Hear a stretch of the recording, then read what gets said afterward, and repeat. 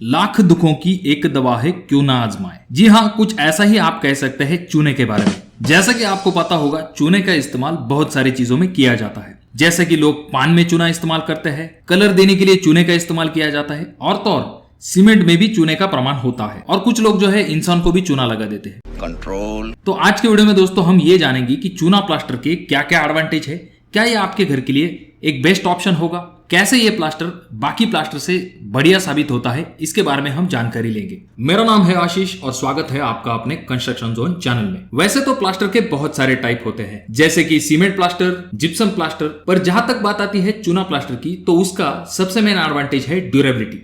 जैसा कि आपको पता होगा, पुराने घरों में चूना प्लास्टर का इस्तेमाल किया जाता था और आज भी वो दीवारें वैसी की वैसी ही है, तो ये सबसे मेन एडवांटेज आ जाता है। अगर आप अपने घरों में चूना प्लास्टर का इस्तेमाल करोगे तो उसकी ड्यूरेबिलिटी बहुत ही अच्छी रहती है। पर आजकल घरों में जो चूना प्लास्टर किया जाता है, उसमें दीवारों के ऊपर पहले तो सीमेंट प्लास्टर अप्लाई किया जाता है और उसके ऊपर जो है आपका चूना लगाया जाता है। तो ये मेथड जनरली आजकल इस्तेमाल की जाती है। अब जैसे कि हमने देखा कि चूने की ड्यूरेबिलिटी बहुत ही अच्छी होती है। अगर हम बात करते हैं इसकी वर्केबिलिटी की, तो ये प्रॉपर्टी भी बहुत ही अच्छी होती है। जब भी ये फ्रेश होता है, ऐसे वक्त में इसे अप्लाई करने में आपको बहुत ज्यादा दिक्कत नहीं होती और ज्यादा वक्त भी नहीं लगता। अगर हम बात करते हैं अगले पॉइंट की, जो कि है थर्मल इंसुलेशन। जहां तक बात आती है सीमेंट प्लास्टर की, तो वहां पर आपने देखा होगा सीमेंट प्लास्टर के घरों में बहुत ही ज्यादा आपको गर्मी महसूस होती है, पर वैसा आपके चूना प्लास्टर के साथ आपको नहीं दिखाई देगा। चूना प्लास्टर से बने हुए घरों में टेम्परेचर मेंटेन रहने में बहुत ज्यादा मदद मिलती है। जहां तक बात आती है अगले पॉइंट की, जो कि है वाटर रेजिस्टेंट। जैसे कि आपको पता होगा, चूना प्लास्टर के ऊपर पानी का कोई भी ज्यादा असर नहीं होता।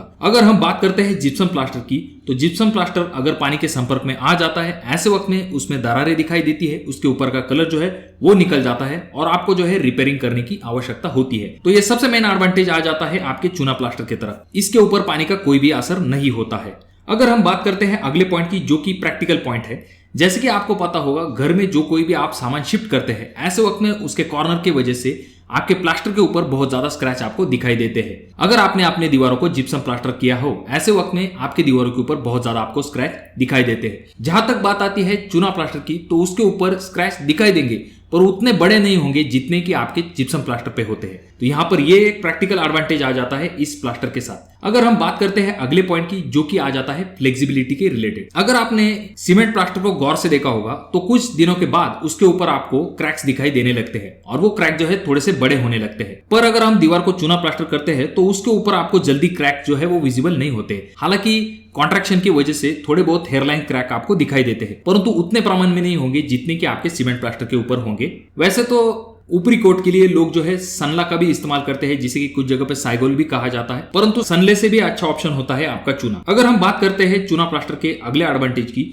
इसके ऊपर बैक्टीरिया का ज्यादा असर नहीं होता और तो और इसके ऊपर नमी भी ज्यादा बरकरार नहीं रहती है। अब जैसा कि हमने इस वीडियो में देखा, इस मटेरियल के बहुत सारे एडवांटेज है, जैसे कि ये मटेरियल ब्रीदेबल है, पानी का इसके ऊपर असर नहीं होता, फ्लेक्सिबल है, अच्छा थर्मल इंसुलेटर है, उसके बाद में वर्केबिलिटी अच्छी है, ड्यूरेबिलिटी अच्छी है और जल्दी इसके ऊपर स्क्रैच भी विजिबल नहीं होते। पर अगर हम बात करते हैं इसके कुछ डिसएडवांटेज की, तो उसके बारे में भी आपको जान लेना चाहिए। पहली चीज तो ये आ जाती है, जो कि है फिनिशिंग। जैसे कि आपको पता होगा, जिप्सम प्लास्टर की फिनिशिंग बहुत ही अच्छी होती है अगर आप कंपेरिजन करेंगे लाइम प्लास्टर से। इसके ऊपर आपको अंडुलेशन क्लियरली विजिबल हो सकते हैं। अगर हम बात करते हैं दूसरे डिसएडवांटेज की, जैसा कि आपको पता होगा, जो बड़ी बिल्डिंग्स है वहां पर बहुत ज्यादा चूने का इस्तेमाल करना पॉसिबल नहीं हो पाता। इसका मुख्य कारण यह है कि जो बड़ी बिल्डिंग्स बनती है उसमें कभी कभी सिर्फ बाहरी प्लास्टर किया जाता है और अंदरूनी प्लास्टर के लिए जिप्सम का इस्तेमाल किया जाता है, जो कि अल्टीमेटली प्लास्टर की कॉस्ट को कम कर देता है। तो बड़ी बिल्डिंग में यह चीज पॉसिबल नहीं हो पाती है। तो इस वजह से अगर आपका मकान है, तो वहां पर आप चूना प्लास्टर कर सकते हो। तो ये कुछ लिमिटेशन आ जाते हैं दोस्तों चूना प्लास्टर के।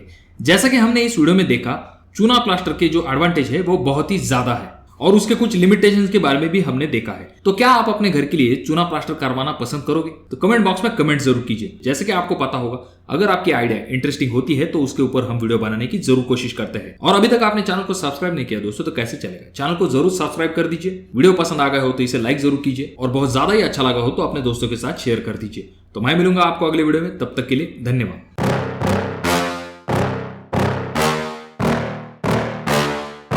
Yeah.